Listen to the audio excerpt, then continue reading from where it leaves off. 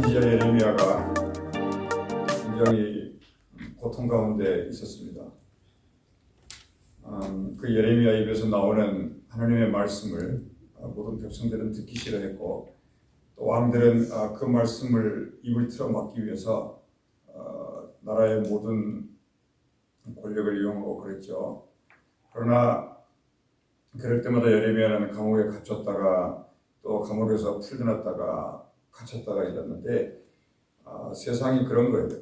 우리가 필요하면은 불륜에 썼다가 또 우리가 필요 없으면 또 감옥에 가두고 이런 식으로 해요. 이게 그 악한 영들이 하는 장난이라는 것이죠. 그럴 때마다 마음의 아픔을 품고 하나님의 집에 기도로 가야지.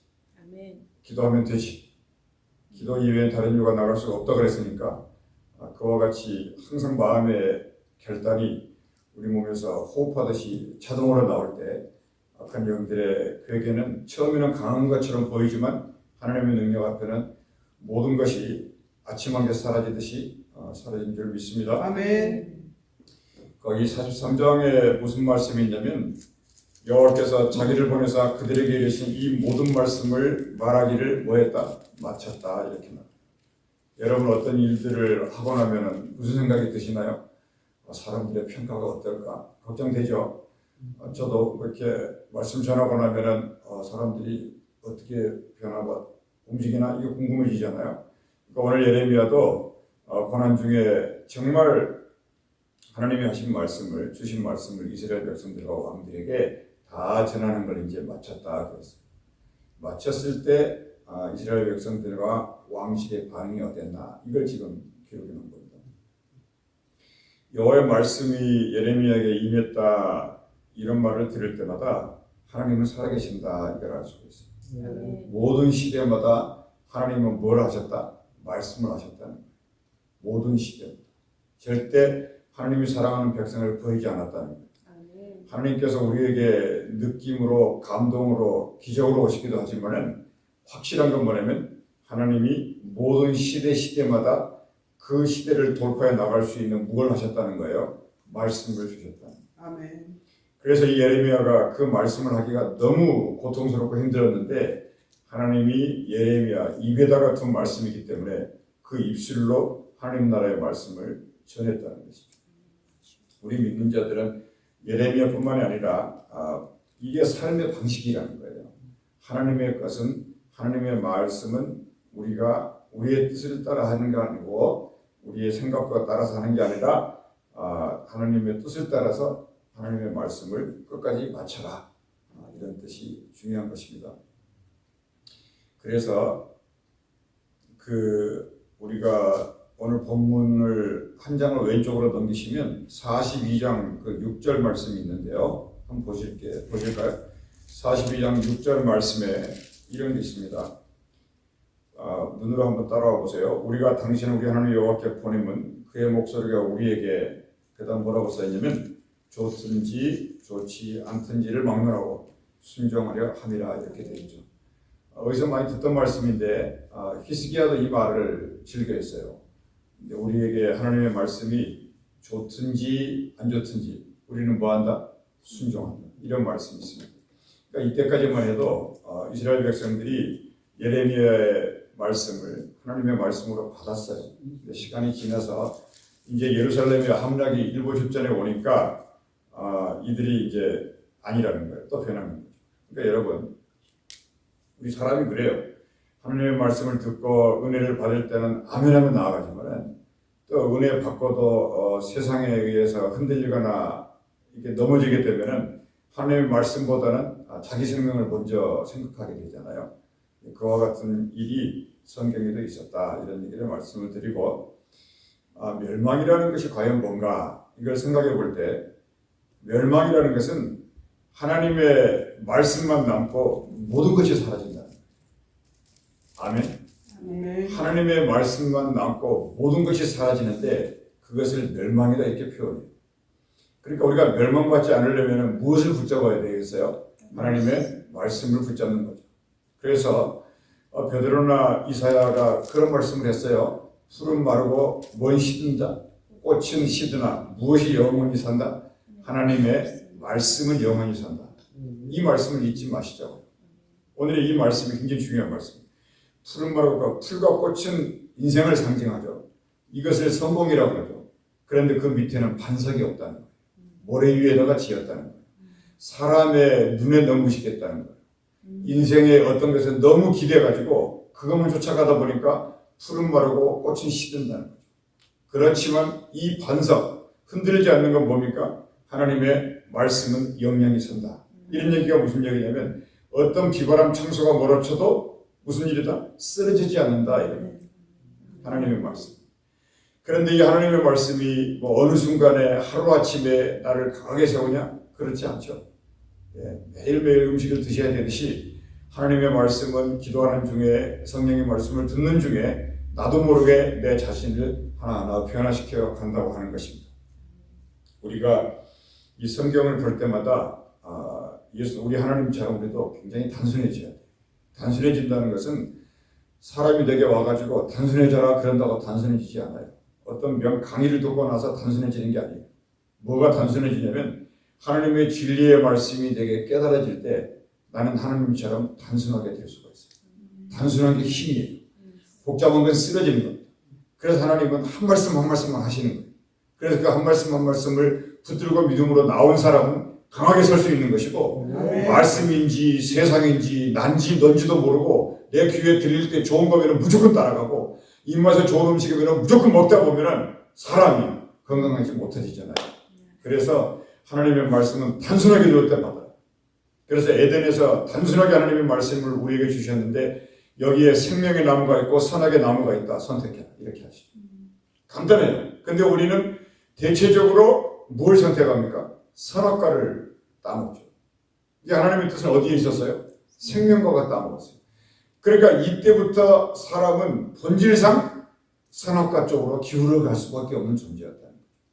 그렇게 아니하면 사탄이 뒤에서 유혹해가지고 그들을 끌고 가버리는 거죠.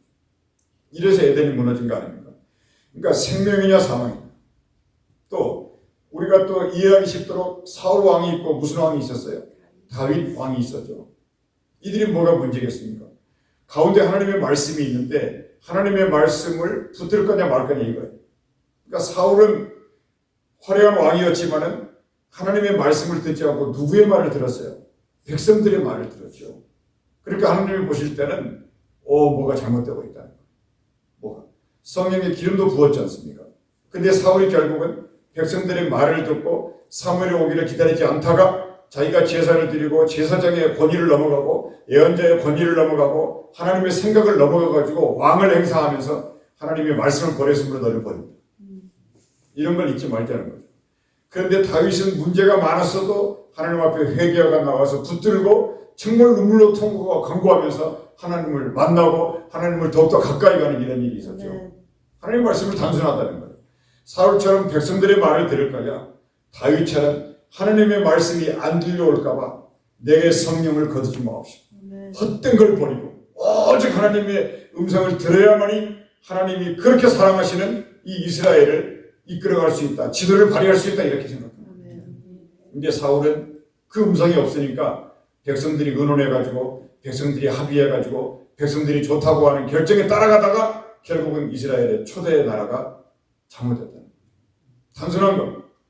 여러분 베드로 아시지 않습니까? 베드로의 반대쪽에 누가 있나요? 가룟 유다가 있죠. 베드로와 가룟 유다는 둘 다 제자예요. 그렇지만 베드로는 실수도 많고 문제도 많고 그렇게 머리도 별로 안 좋았는데 끝까지 뭘 따랐습니까? 예수님을 따랐죠. 그렇지 않았어요? 근데 가룟 유다는 예수님을 따라다니다가 뭔 일이 있으면 계산을 하는 거예요. 어떤 여인이 옥합을 깨가지고 예수님의 무릎에 가져오니까 가룟 유다가 뭐라 그래요? 저거 같으면 한 300데나리온쯤 되는데 저거면 가난한 사람도 많이 도와줄 수 있고 뭐 그런 얘기를 하는 거예요. 그랬더니 예수님이 조금 있던 거래요. 마르다와 마르다를 탁 앉혀놓고 마리아에게 야, 한 가지만 잘하는 게 족하다. 하나님의 말씀 하나 듣는 게 굉장히 중요하다. 이렇게 말씀하십니다. 그래서 여러분 이렇게 생각 하나님의 말씀이냐 백성들의 말이냐 이겁니다. 이거를 판단을 잘 하셔야 되고 적어도 기도하면은 새벽에 나왔다 이것은 뭐냐면 오직 또 결단하는 거죠. 들리는 하나님의 말씀을 붙들고 이 하나도 산다. 이렇게 하는 거예요. 근데 그렇게 결심할 때 아담을 무너뜨렸던 뱀의 유혹이 따르죠. 그리고 백성들이 자꾸 옆에서 뭐라고 말을 하죠. 그 유혹을 이기고 하나님의 말씀을 조금씩 붙잡으며 나아가는 훈련이 되면 그 훈련이 연단이 우리를 예수 그리스도를 닮아가는 백성을 만들어집니다. 그래서 여러분 하나님의 말씀을 듣기 전에는요 우리 인간을 좌우했던 것이 뭐냐면 율법과 양심이었어요. 이 율법과 양심이 인간의 주인이었죠. 세상의 주인이었죠. 역사의 주인이었죠. 저 사람 봐라 양심도 없네.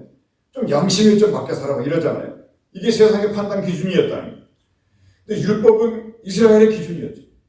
근데 율법은 왜 이게 문제가 많으면 사람이 할 수 없는 걸 하나님이 주신 거 아닙니까?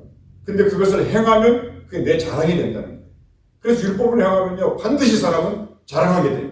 내가 하나님의 말씀을 지켰지 하나님의 뜻대로 살았지라고 자랑하게 되는 게 당연한 거죠. 그래서 율법에 의해서는 구원이 이룰 수가 없는 거예요. 왜냐하면 내가 나가니까.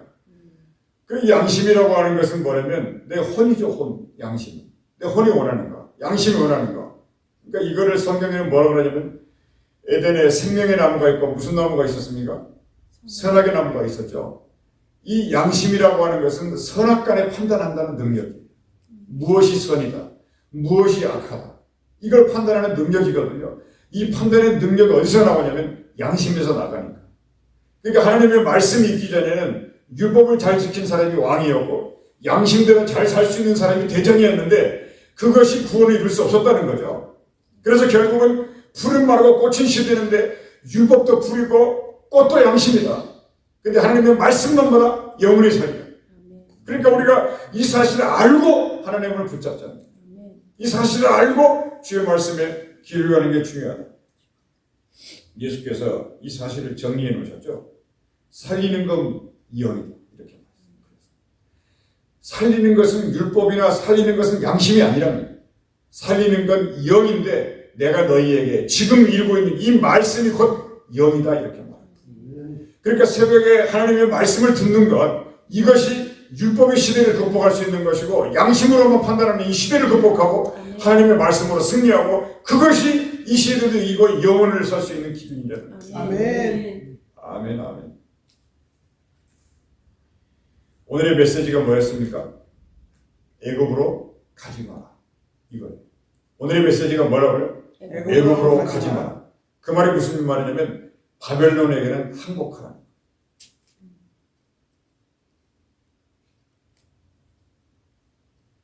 아침 신문에 대문짝만하게 이런 말이 써있다고 합시다.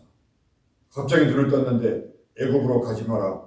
바벨론을 항복하라 이러면 눈 떠가지고 시민들이 신문을 볼 때 아멘할 사람이 있을까요? 없죠. 모든 시민은 어디가 좋다고 그랬어요? 애굽이 좋다고 그랬죠. 가까우니까. 저 바벨론은 15,000km나 떨어져 있어요. 그거는 상상도 못하는 거죠. 그런데 애굽은 좋다. 나일강이 있고 풍요하고 이런 거.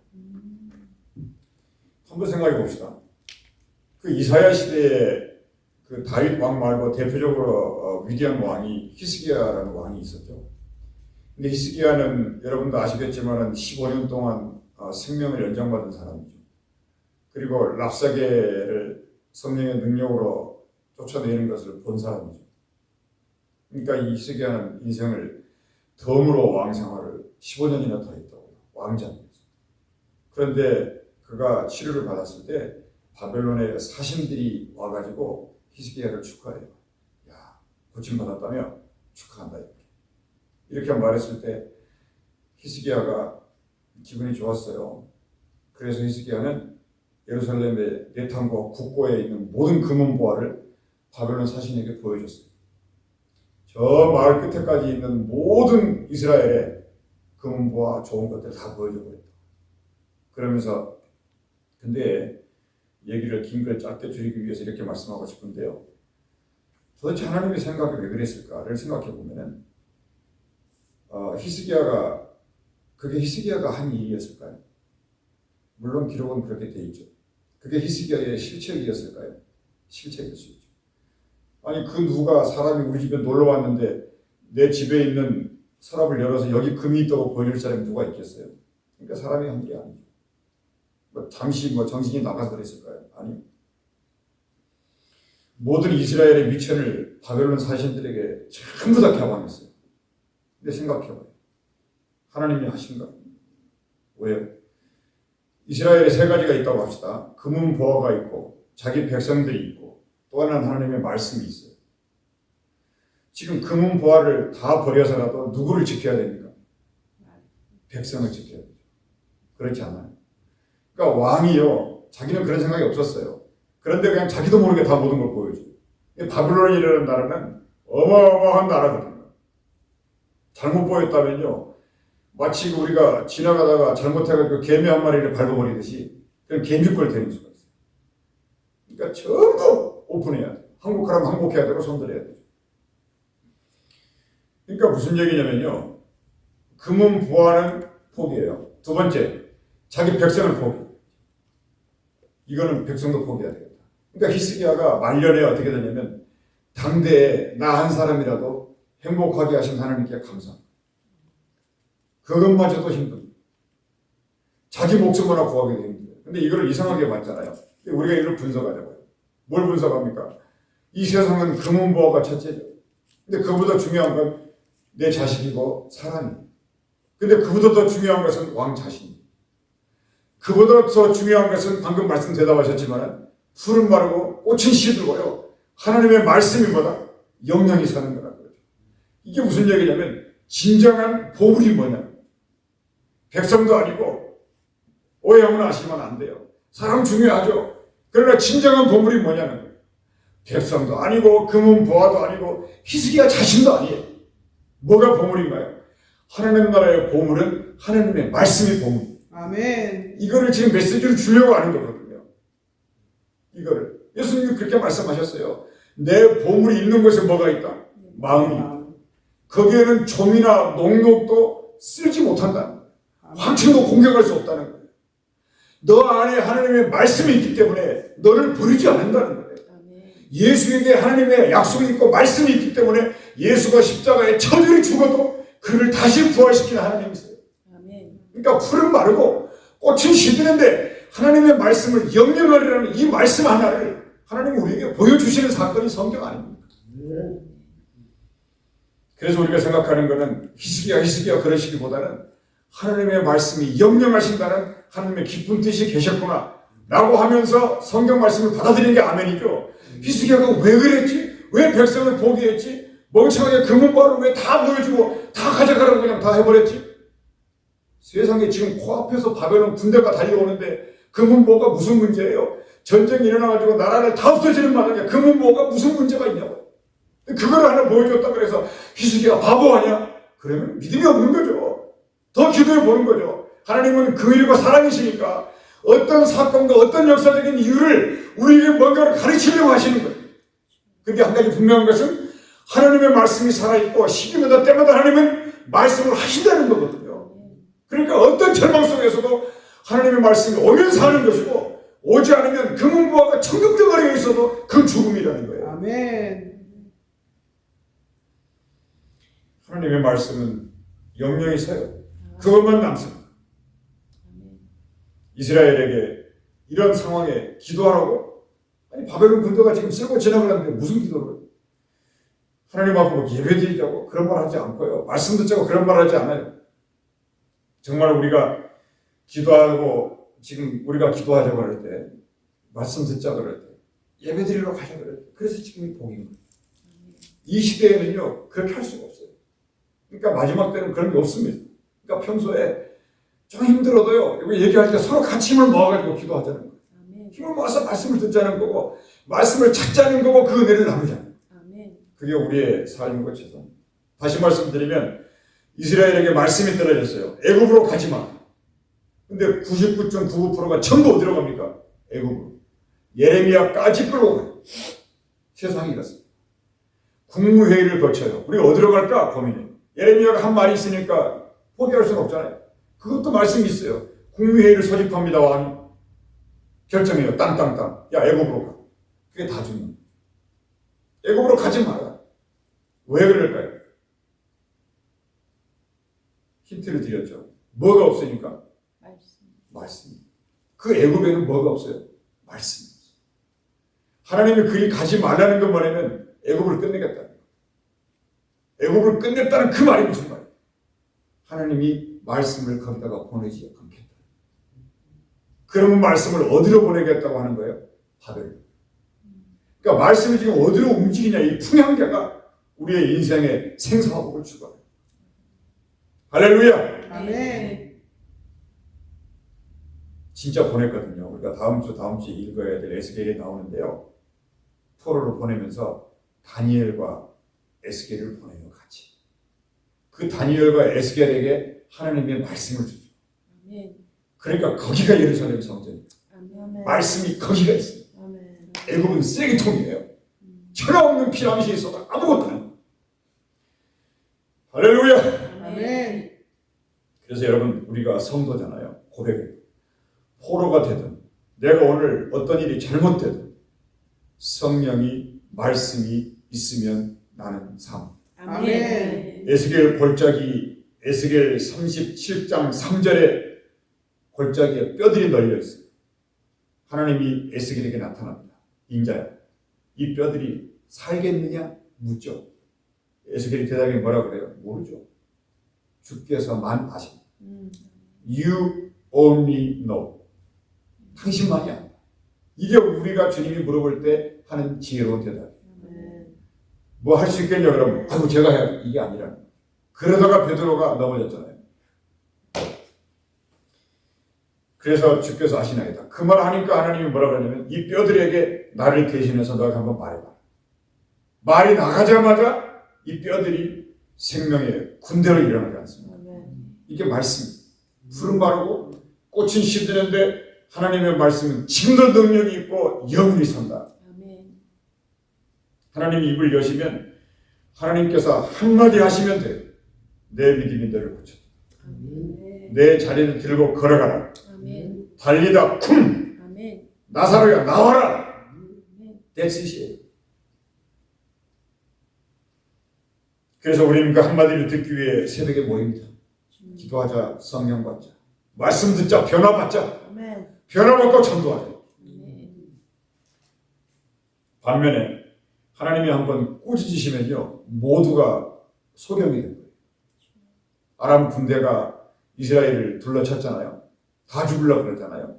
엘리사가 뭐라 그래요? 걱정하지 말라는 거죠. 너희들이 못 보는 우리는 어마어마한 불말과 불병거가 내 눈에 보인다. 너희들은 소경 아닌. 그러니까 아람 군대가 하나님이 전부 소경을 만들어버린 거예요.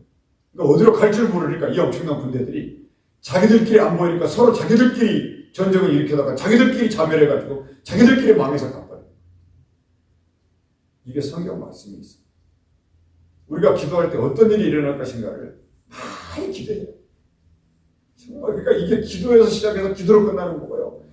성경이 아주 그냥 순도 100% 기도의 책이에요. 하나님이 영이신데 기도하지 않으면 이 영을 만날 수 있는 길이 없다니까요. 기도하기 위해서 나왔는데 하나님의 말씀이 그 통로를 통해 내 속으로 스며드는 말씀. 이게 무슨 말씀이에요? 성령의 말씀. 그래서 여러분 기도가 그러니까 이 백부장이 위대했던 게 뭐냐면 말씀만 하시옵소서. 이해되시죠? 말씀만 하시옵소서. 백부장은 무슨 말인지 몰라요. 근데 그 입에서 그런 말이 나오는 거예요. 말씀만 하시옵소서. 이게 무슨 뜻인가요? 말씀이 있는 것이면 그 세상 어디에도 산다. 우리는 백부장의 말을 받아가지고 우리 말을 믿는 거예요. 백부장은 모르는 거죠. 그래서 여러분 죽고 사는 게 하나님의 말씀에 달려있어요. 오늘 메시지가 뭐였다고요? 애굽에는 가지 마. 말씀을 안 보낸다. 거기는 하나님의 말씀을 가진 선지자가 한 명도 없다. 그래서 여러분 말씀이 없는 곳에는 안 가는 것이 분별력이에요.